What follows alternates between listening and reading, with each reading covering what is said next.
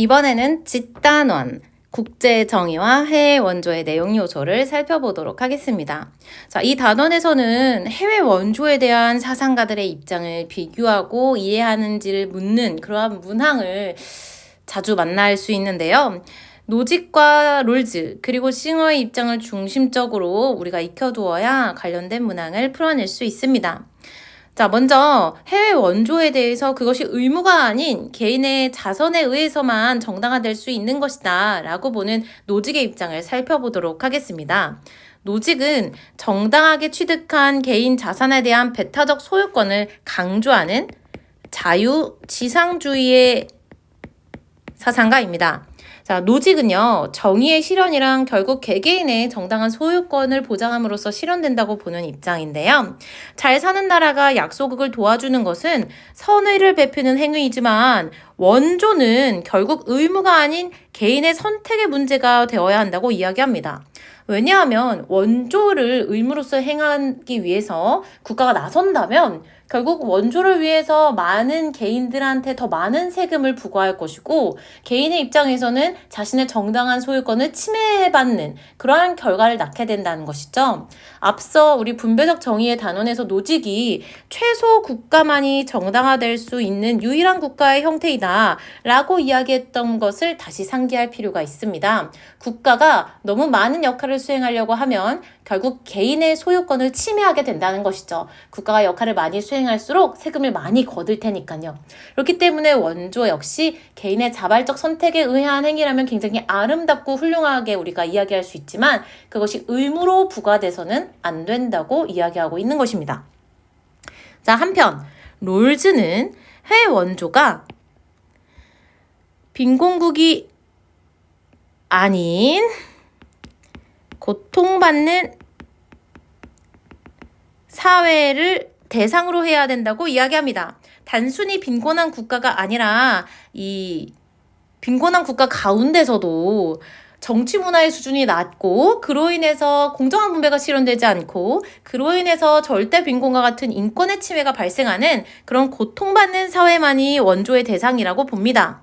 빈곤하더라도 질서정연한 사회이거나 또는 무법국가이거나 또는 자유로운 국가와 같이 다른 유형으로 분류될 수 있는 국가의 형태를 지니는 그러한 국가는 원조의 대상이 될 수 없다고 보았어요.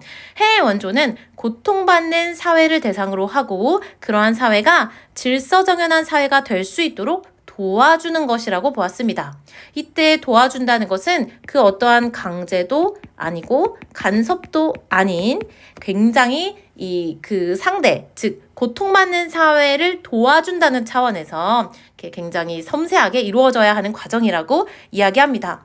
롤즈의 문제의식은 이겁니다. 우리가 아무리 가난한 나라한테 그냥 퍼줘봤자 그들 사회 내부에 공정한 분배의 질서가 확립되지 않는다면 절대 빈곤으로 인한 인권 침해의 문제는 계속될 것이다. 그러니까 우리가 도와줘야 하는 것은 그들이 스스로 공정한 분배의 질서를 확립할 수 있도록, 즉 그들도 질서정연한 사회가 될 수 있도록 도와주는 데 있다. 아무리 가난하더라도 그 안에서 분배가 공정하게 이루어진다면 절대 빈곤으로 인한 인권 침해는 이렇게 많이 발생하지 않을 것이다 라는 전망에 기인하고 있습니다. 이때 롤즈는 이 국제사회에서는 정의의 원칙을 그대로 적용하면 안 된다고 이야기하였습니다. 해외 원조는 어떤 재분배의 과정도 아니고 정의의 원칙을 추구하기 위한 그러한 과정도 아닙니다. 다만 질서정연한 사회의 만민이 수행해야 하는 윤리적 의무로서 이 고통받는 사회가 자생적인 정치적인 질서와 공정한 분배 질서를 수립할 수 있도록 도와주는 그러한 차원에서 논의되어야 한다고 이야기하죠.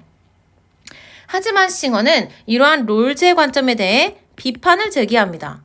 싱어는 공리주의적 관점에서 우리가 이익을 평등하게 고려해야 한다는 원칙에 따른다면 그 국가가 고통받는 사회든 아니든 질서정연한 사회든 아니든 상관없이 어떠한 차별도 있어서는 안 된다고 봅니다. 고통받는 사회는 도와주고 무법국가는 안 도와주고 이런 식의 접근은 결국 절대 빈곤을 해결하는 데 도움이 되지 않는다는 것이죠. 싱어는 아주 강력한 세계 시민주의의 관점에서 우리는 절대 빈곤에 따른 개인의 고통을 감소시키기 위한 행위를 의무로 실천해야 한다고 이야기합니다. 그래서 싱어는 개인도 국가도 원조의 주체가 될 수 있다고 보는데요. 개개인이 자신의 삶에서 사치스러운 어떤 물품을 소비하는 대신 기부를 의무로서 이행한다면 훨씬 더 큰 효용을 가지고 올 수 있기 때문에 공리주의적 입장에서 해외 원조를 위한 기부는 의무라고 강조하고 있습니다. 자, 기출문항에서 특히나 싱어의 롤스의 입장이 다수 출제가 되었는데요. 앞으로도 싱어와 롤스의 입장이 중심적으로 출제될 수 있겠죠. 그렇기 때문에 이들에 대한 학습을 우리가 더욱더 공고하게 쌓아나가야 할 필요가 있는데요. 2020학년도 6월 평가원에서 싱어의 입장이 제시된 제시문을 보면 결국 우리가 원조를 해야 되는 이유는 모든 존재의 이익을 평등하게 고려해야 하기 때문이다 라는 내용이 제시되고 있고, 앞서 말했듯 우리가 소득의 일부를 나누어야 된다, 즉 기부를 통해서 원조를 이행해야 된다 라고 이야기되고 있습니다. 공리주의적 입장에서 일관되게 싱어는 다양한 주장에 대해 적용하고 있죠. 한편 같은 해 문항으로 출제된 롤즈의 제시문을 보면 원조의 목적이 정확하게 제시되고 있는데요. 원조의 목적은 딱 닫혀 있습니다. 롤즈에게는 불리한 여건으로 인해 고통받고 있는 사회를 질서정연한 사회로 편입시켜 자유와 평등을 확립하도록 도와주는 거다. 자, 그 외에 원조의 어떠한 목적이나 이런 건 논의되지 않고 있어요. 롤즈는 고통받는 사회에 대한 의무로서 원조를 수행해야 된다고 보고, 이 고통받는 사회가 질서정연한 사회가 되면 그때는 원조를 중단해야 된다고 이야기합니다. 왜냐하면 목적을 달성했으니까요. 자, 2023 대비 대학 수학 능력 시험에서도 싱어와 롤즈의 입장을 비교 이해했는지 묻는 문항이 출제되었습니다. 여기에 결국 롤즈의 제시문과 싱어의 제시문이 출제된 것을 볼 수 있는데요. 이들의 입장에 대해 기본적으로 이해했는지를 묻는 선지들이 보기로 제시되었습니다. 기출문항을 우리가 한 3개년에서 5개년 정도 풀어보면 어떠한 맥락에서 이들 사상가의 입장을 이해해야 되는지 가닥이 잡히거든요. 이 세밀한 학습을 위해서는 조금 더 많은 분량의 기출문제를 풀어보고 이해하고 암기하고 학습하는 것이 필요하겠습니다.